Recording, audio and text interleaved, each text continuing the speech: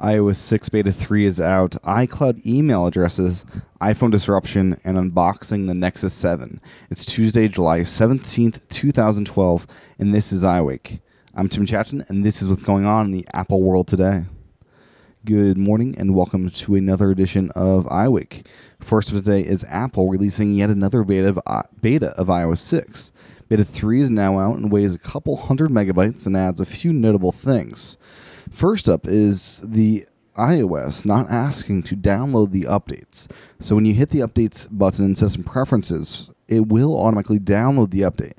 Not sure if this is a brand new thing, but something that we haven't really seen before. Second up are some new map preferences. You can now change distance from miles to kilometers. Another new feature is the ability to change map labels from English to the local language. This is helpful when you travel to Europe or some other foreign country. Now you can have it display either English or the local language. I presume that if your iPhone is set in a different language, you can have it set as, Spanish or the local language, whatever your phone defaults as. The map labels also, besides getting this language ability, also gain their ability to change their size from normal to large. And finally, you can now change turn-by-turn directions, voice volume from a default setting of, lower or louder, things like that. So voice volume control is much more controlled through the preferences. And the other minor change here is Safari. Safari now has glyphs, little icons for bookmarks, reading lists, and history, instead of worded labels. The big thing to come out, though, is iCloud email addresses. This happened today along with the beta. It seems that Apple will soon be migrating everyone from me.com email address to an iCloud email address. So, Tim at iCloud.com. This is something I'm rather excited by, as I've always felt weird saying my email is at me.com. This will also finally put to rest mobile me. It finally, for me, seems that sorry about that wording. It also seems that new users, even those on iOS 5, will be getting this fancy new iCloud email address. So if you want one, try to sign up for an iCloud account. You'll get it. You'll get your whatever email address you want there as it's new. So if you're looking for something in particular, this might be the one time in the world you have to get it. You won't be able to change your iCloud email address to something new. So I'll be sticking with my current email addresses. Okay. That said, according to Apple, iCloud.com email addresses are now available for iCloud Mail users.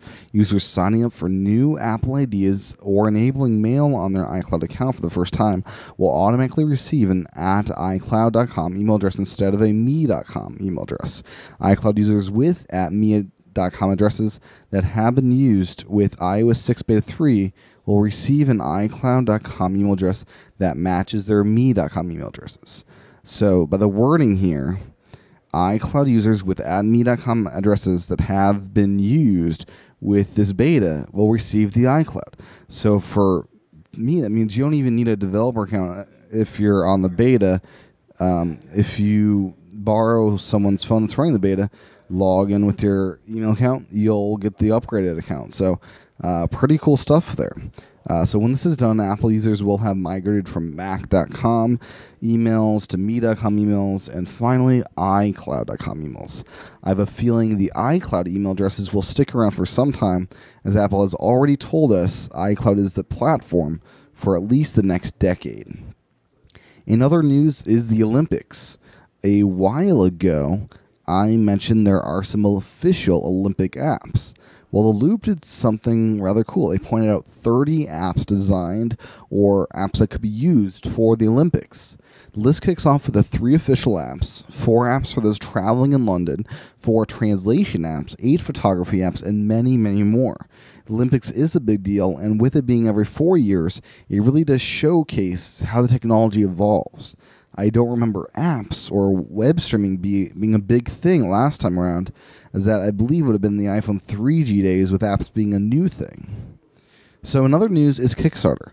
The popular funding site no longer requires Flash videos and will work with HTML5 standards. This is great news for you and me, and it should hopefully lead to Kickstarter being more usable on the iPad, as well as the iPhone. Next up is a piece highlighted by The Loop. The piece showcases the disruption of the iPhone. It's at blog.scoople.it. The piece states that the iPhone is now also the primary device for listening to music, as 85% claim. And as for alarm clocks, 57% say they no longer use one, other than the alarm clocks for the iPhone. So this is true for me. I use the iPhone for an alarm before I'd use the travel alarm clock or a nightstand, but I finally do trust the iPhone to wake me up. I know it's going to do it reliably. I also listen to music mainly on my iPhone, even though I own around 30 to 40 iPods. That's right. I still use the iPhone for that. It's replaced many things for me, and it is, well, disruptive. Last up today is a mashup video of unboxing for the Nexus 7. So this is about a 3-minute video showing people trying to unbox the Nexus 7 from start to finish, shows the different stages, mashes those all together. It is a hilarious video because it demonstrates that pretty much everybody had problems getting their tablet out of the box. It's taped down, stickered down, done too tightly so you can't even get it out, even with the stickers and tape gone.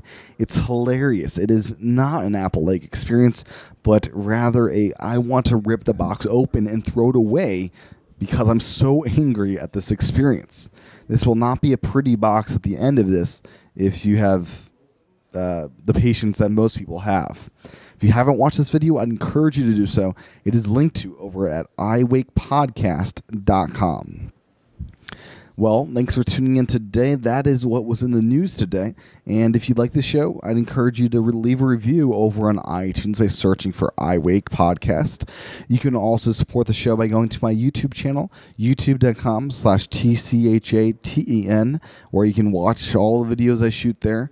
You can also sign up for iWake Again. That is a $10 a month show. Basically, it's a donation show that funds the daily show that I do Monday through Friday. So if you enjoy the Monday through Friday show, that's what it's for, to fund that show, as well as give you some extra content every Saturday. I do a show called iWake Again that you have exclusive access to. So it's $10 a month. You can join the iWake Again community by going over to iWakePodcast.com/again. Join me tomorrow for another edition of iWake. Aloha.